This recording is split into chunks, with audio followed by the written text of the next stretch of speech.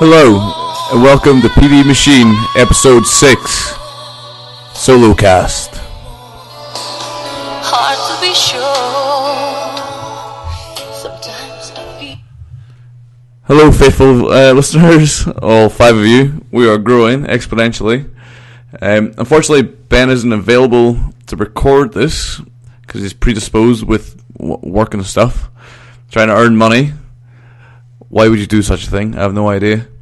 So I'm all lonesome today. So today, I'm just going to cover I think it's a fairly reasonable topics. A topic that has cropped up recently for me.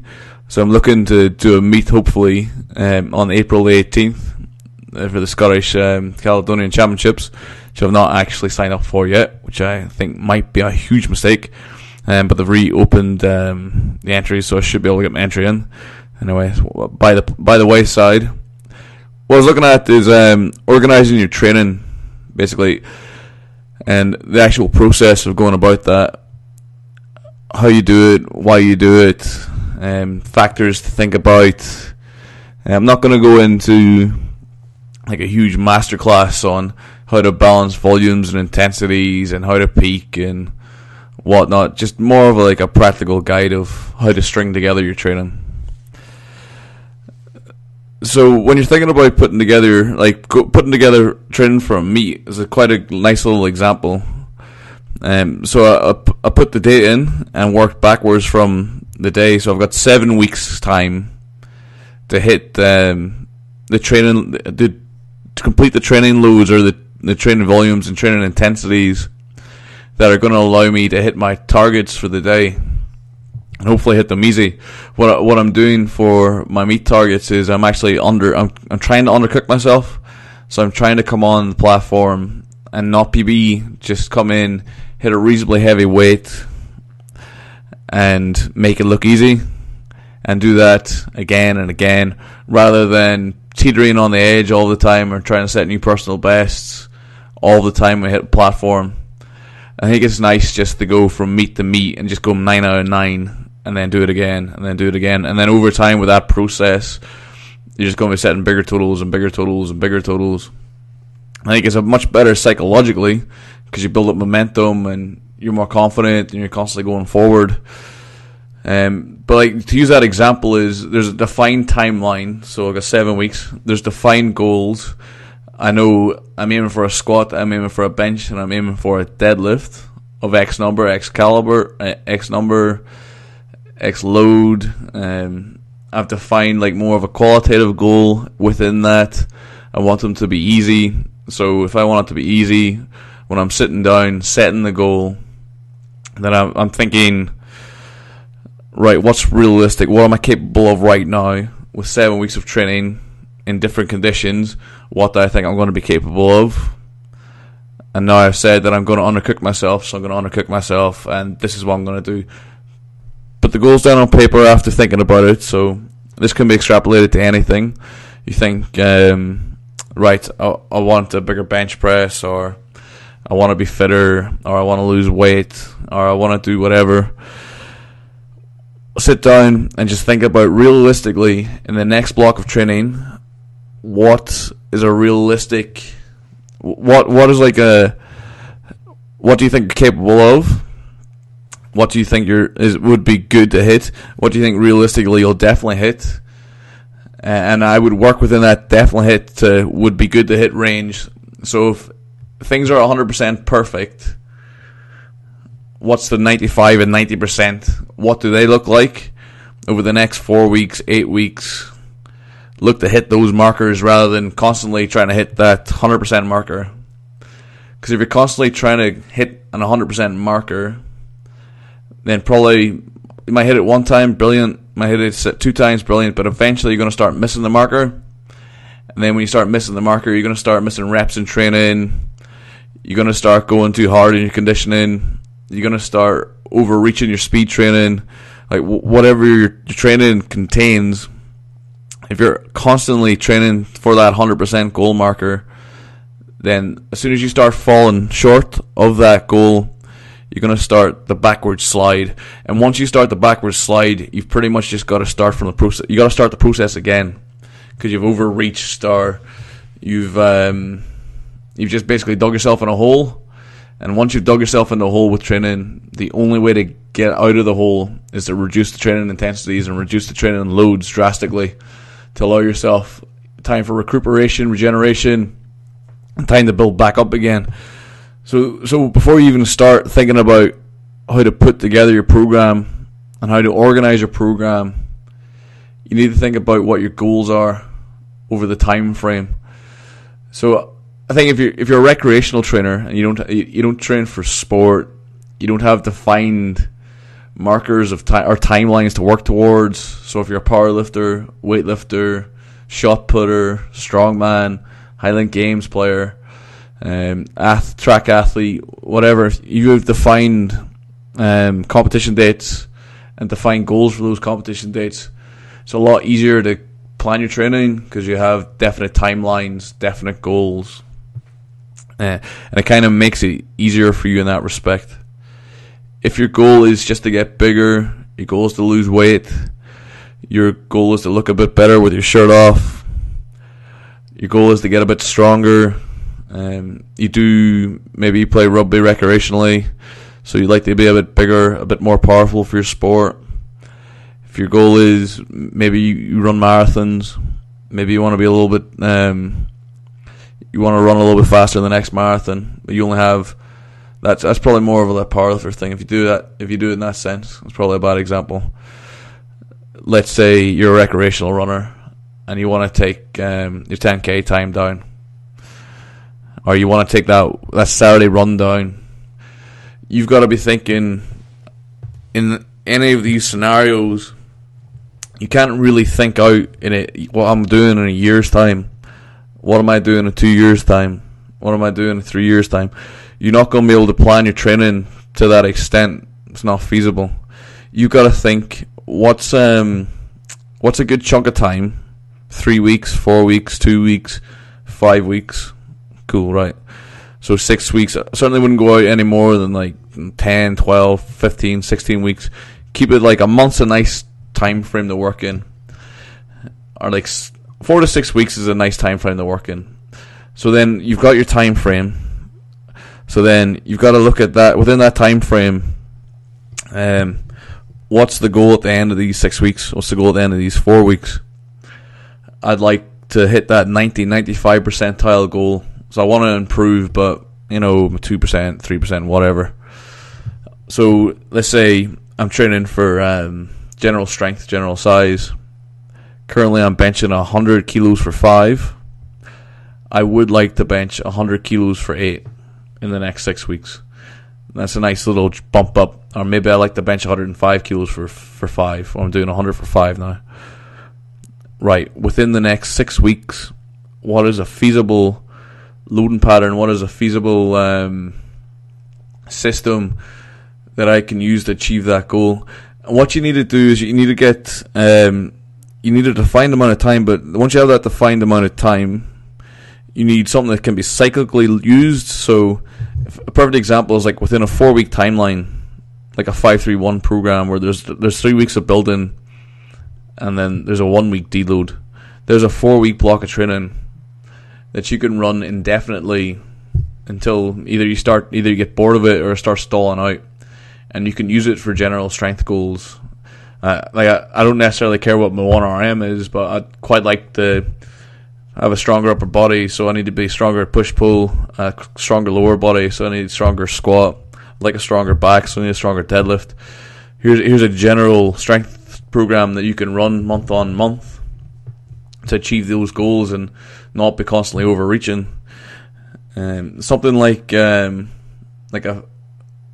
starting strength or any of those sort of Mad Cows 5x5 or any kind of those 5x5 routines where you're just constantly on a ramp.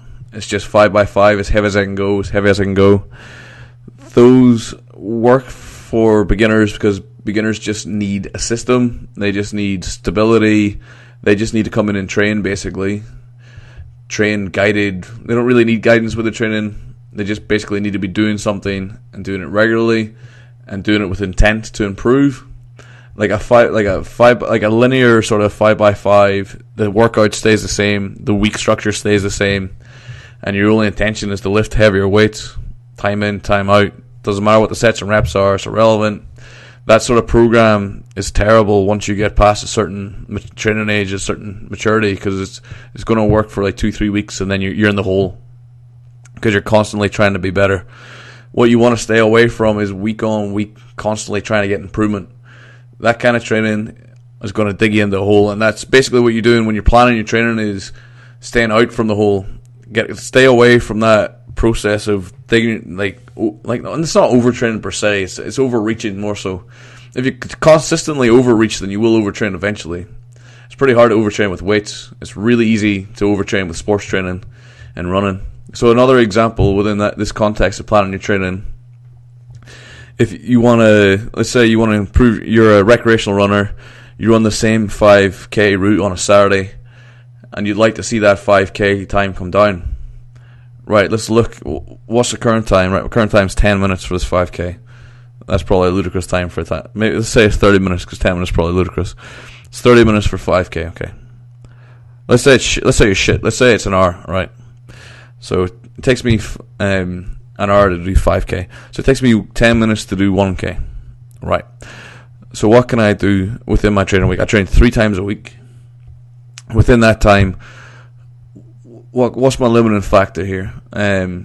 Maybe you can't run for 5k continuous, and that's why you always blow up. Maybe you're really basic. Maybe you just need to run 500 meters, walk 500 meters, run 500 meters, etc. And then over the next 6 weeks, you're going to turn the walking into a running. So it goes from 500 to 600 meter run, 400 meter walk, 700 meter run, etc., etc. Until you get to the point where you can actually just do a steady state 10k run at the same pace. Well, now you can run it rather than run walk sporadically. And maybe now you can do the 10k in 40 minutes, knock 20 minutes off because you're not walking anymore.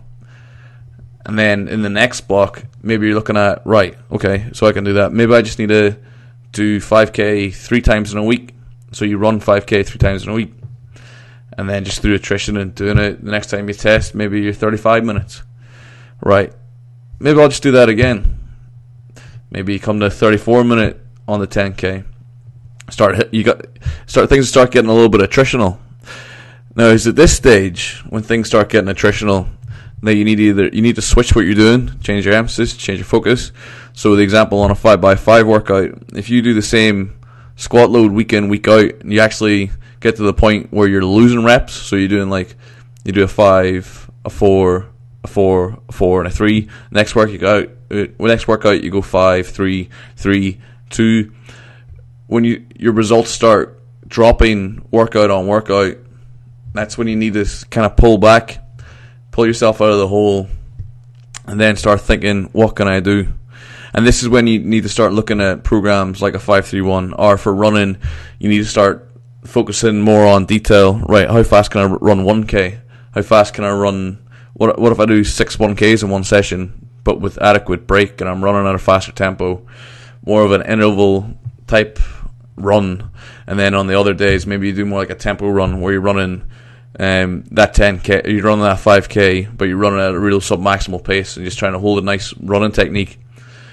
Like you're training different qualities, and over maybe you raise your intensity for 3 weeks, or you raise your volume for 3 weeks. So on the interval sessions, you do like an extra interval. So you do 3 intervals week 1, 4 intervals week 2, 5 intervals week 3, and then on week 4 start again. Maybe increase the length of the interval, but you go back down to 3 intervals, 4 intervals, 5 intervals over that 3 week phase.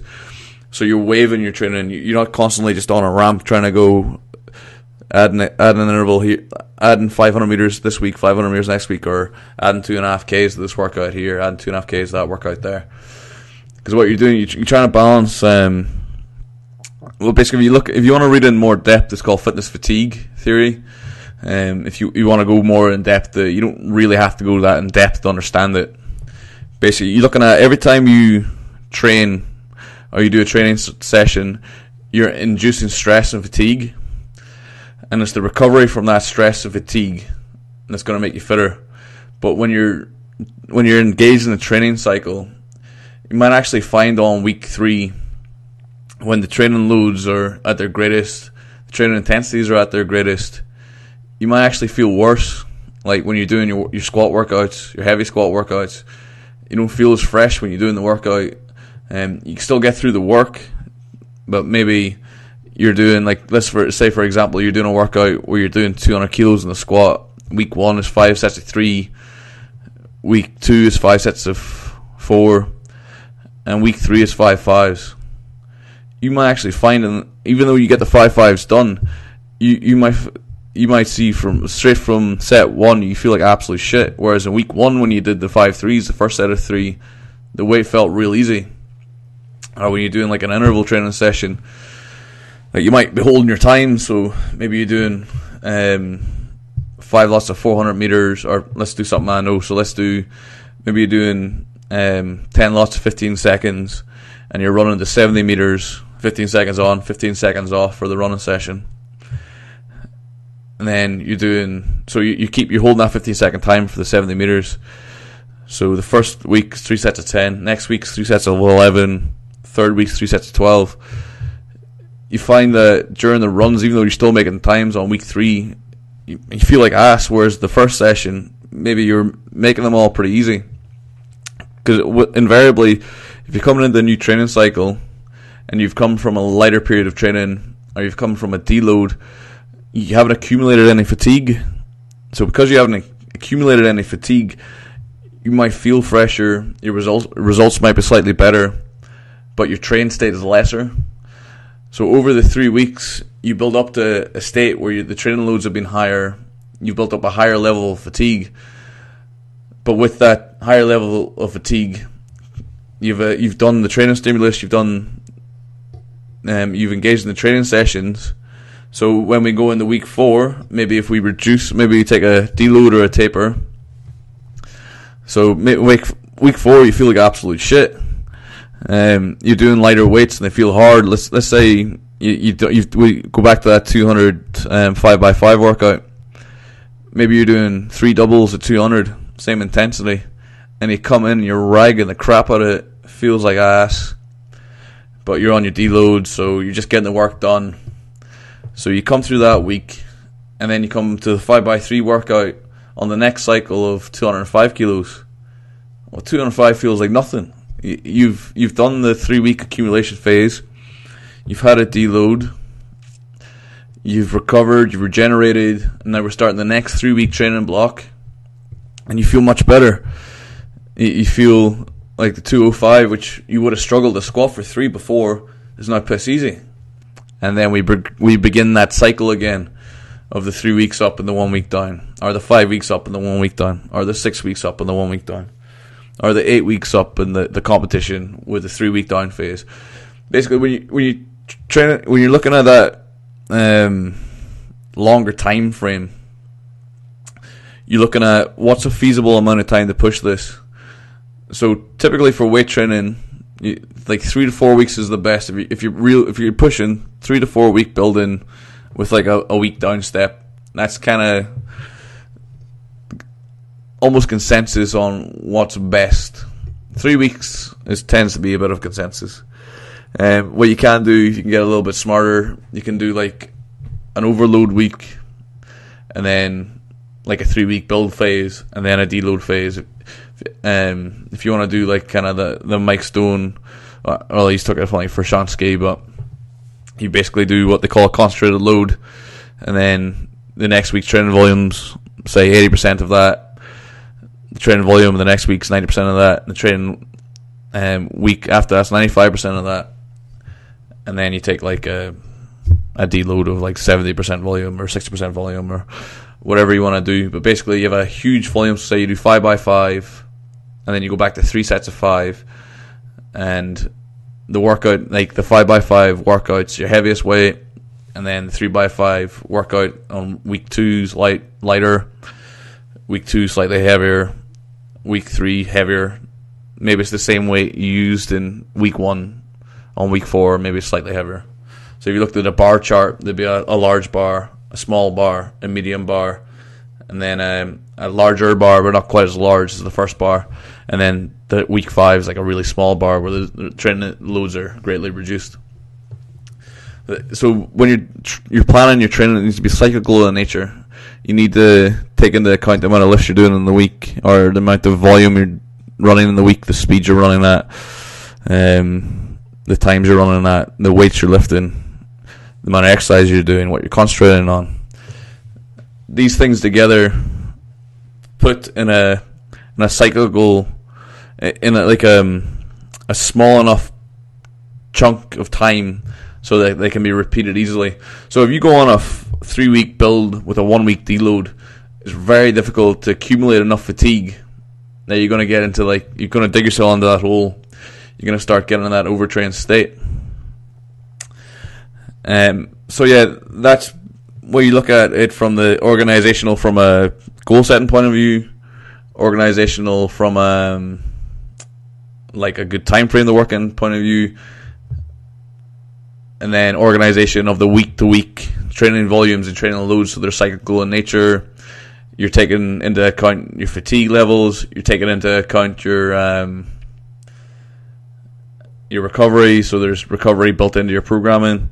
And then lastly, it's your weekly structure. What's it look like?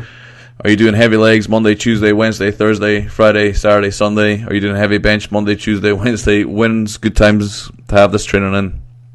Typically, if you train hard endurance and you train weights, it's generally a good rule of thumb, if you do them the same day, to have them 6 hours apart. So an AM PM split in that scenario is ideal. If you train 4 times a week with weights, probably the best split I reckon for that is an upper lower split with a day off in the middle and then 2 days off at the end. If you train purely for size, then you're going to have to take into account that you're going to need the best frequency for that's probably 2 times a week. So push pull legs, day off, push pull legs is probably the best split for that. If you're training for strength, then you need to decide, where do I need to be stronger? What are the exercises that are going to best get these outcomes?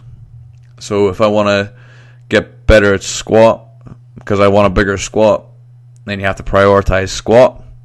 If I want to get stronger legs from a sport, you don't have to squat. You can do anything you want. In fact, it's probably better to have more general strength qualities than to spend your time getting a bigger squat.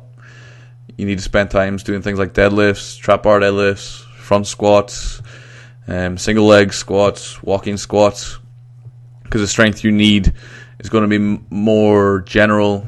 It's going to be more multiplanar. You're not in the gym to be a powerlifter or a weightlifter. You're in the gym to get the strength you need to perform better at your sport or your hobby. If you want a bigger chest, you need to, maybe you want to prioritize your chest development in your program, and you need to look at your weekly split. Maybe you need to be hitting chest 3 times a week, back twice a week. Maybe you want to maintain your legs, so you're only going to do legs once a week. So you've got to look at the weekly structure and organize it in such a way that sessions aren't taken away from each other. So let's say, for instance, you're that 5K runner is doing 10 sets of 10 in the squat before your run. Is that taken away from your run? Probably. Likewise, if you're training for squat strength, is doing a hard conditioning session before your weight session going to take away from your strength session? Almost certainly. If you're training for size, is doing conditioning 7 days a week going to make it harder to get the calories in that you need to get in to get the size you want? Yes. So although it sounds stupid, or maybe it sounds stupid when I'm saying these things, but this is the kind of thinking you need to put into organizing your training. You always have to if you write a flow chart, and the flow chart should maybe look at decision box 1, or statement box, your goal, down to the decision box. Will this enhance my goal? Yes. Okay, sweet. Will this enhance my goal? Maybe. Will this take away from my goal? Yes, no. Yes, then reject it. No, how can I organize it? You need to engage in like a thinking process where you're constantly thinking about the goal of your training, and then what is that training that you're planning, what's that doing for your goal? If you want to be, if you want to gain 10 kilos of size,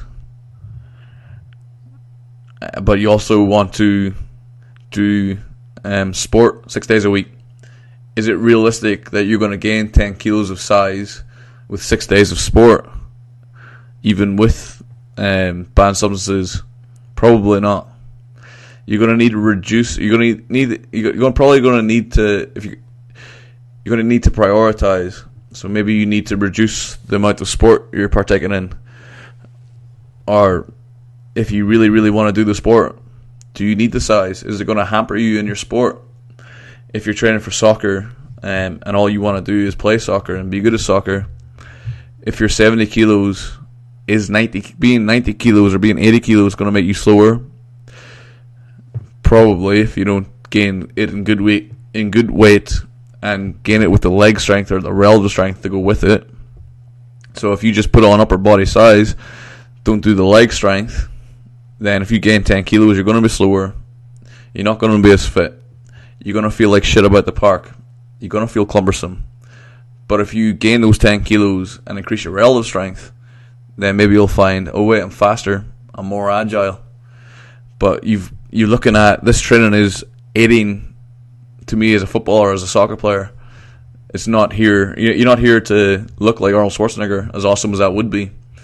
In retrospect, if you want to look like Arnold Schwarzenegger, is playing football with your mates 4 times a week a good idea? What's the risk-reward benefit to that? Yeah, 5-a-side session is fun, but if you roll your ankle or blow an ACL and can't train legs for 9 months, what's that going to do for your leg development? It's probably going to have a negative impact, I would say. So, I'm probably going to end up repeating myself quite a lot at this stage, but you always need to have a clear rationale for what you're doing. And when you're organising your training at the most basic levels, you need to always be goal driven. Number 1, always be goal driven. Number 2, your goals need to be realistic. Number 3, you need to work within time frames that make sense for your goals. Number 4, you need to work in a cyclical fashion that takes into account fitness and fatigue. So you're recovering. For number 1, you're getting enough stress in that you're actually going to get the benefit you want from your training. And number 2, you're not in a situation where you're overreaching or you're digging yourself into that hole. I can't remember if I'm on number 5 or not. But number 5, your week structure needs to make sense. Number 6, your sessions need to add to your goal, not subtract from it. The worst thing, or the very least that your sessions can do, is be neutral towards your goal. And number 7, have fun.